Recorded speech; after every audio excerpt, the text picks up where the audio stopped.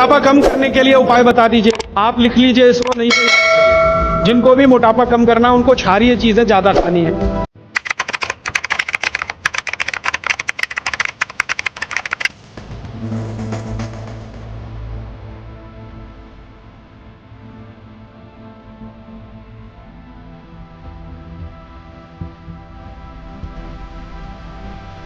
मोटापा कम करने के लिए उपाय बता दीजिए। आप लिख लीजिए इसको, नहीं तो याद कर लीजिए। जिनको भी मोटापा कम करना है उनको क्षारीय चीजें ज्यादा खानी है। तो मैंने आपसे कहा गाजर खाइए, गाजर नहीं खा सकते दूधी खाइए। अब खाएं कैसे? गाजर को कद्दूकस में घिसिए और उसके लच्छे बनेंगे। फिर थोड़ी एक और क्षारीय चीज आपको आजकल उपलब्ध है, सेब। सेब पूरा क्षारीय होता है, तो सेब को कद्दूकस में घिसिए, दोनों बराबर मात्रा में मिला के सुबह पेट भर के खा लीजिए। 3 महीने लगातार खाइए। फिर अगले 3 महीने इसको बैलेंस करने के लिए आंवला खा लीजिए। आंवला 2-3 आंवला रोज मुरब्बे के रूप में या कैसे। फिर 3 महीने आंवला हुआ, फिर वापस इस गाजर और इस पे आ जाइए। तो साल भर अगर आप करेंगे तो बहुत आराम से 1/3 वजन तो आपका घट ही जाएगा।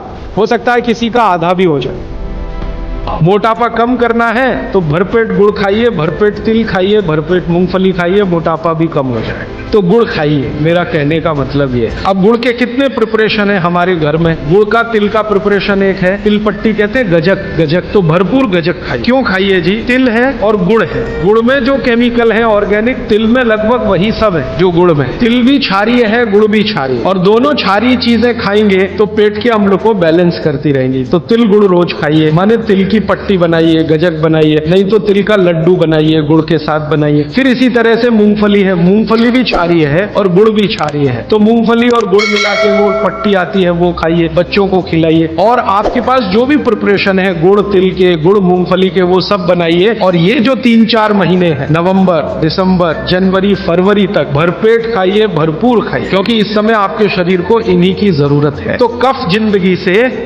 बहुत दूर रहेगा। तिल खा रहे हैं, गुड़ खा रहे हैं, मूंगफली खा रहे हैं, कफ बढ़ने की बिल्कुल संभावना नहीं। तो जिंदगी में कफ के रोग आने की संभावना नहीं। अब आपको डर है ना, तिल खाएंगे जी उसमें से तेल है। तेल तो है तिल में, लेकिन वो HDL वाला, LDL वाला नहीं है, VLDL। ये मोटापा जो है ना, वो VLDL और LDL का चक्कर है। HDL जैसे ही बढ़ेगा मोटापा अपने आप कम हो, पेट अंदर ही जाएगा। आप में से कोई भी मेरे कहने पर 3 महीने एक एक्सपेरिमेंट कर लीजिए। तिल चबा चबा के खाइए, खाने के बाद 3 महीने के बाद वजन नापेंगे, 8-10 किलो कम मिले, कम से कम इतना कम मिले। खाना खाया, खाने के बाद आप सौंफ खाते हैं ना, सौंफ की जगह तिल खाए, और काला खाया तो और ज्यादा वजन कम मिले। काला तिल एक है सफेद, काले की गुणवत्ता सफेद से भी ज्यादा है। लेकिन ये इन्हीं 4 महीनों में, गर्मी में अगर आपने यही तिल खाया तो प्रॉब्लम आएगी। भागवत जी कहते हैं कि तिल खाने का सबसे अच्छा समय वही है जो आज चल रहा है, ये फरवरी तक चलेगा। तो फरवरी तक, और कभी बहुत ज्यादा लिबरल हो तो होली के दिन तक वो कहते हैं तिल खाने का समय है। होली होते ही तिल कम करिए या खत्म करिए। फिर कुछ और चीज आएगी, वो क्या आएगी वो मैं बता दूं। लेकिन आप ये करके देख लीजिए, 4 चीजों को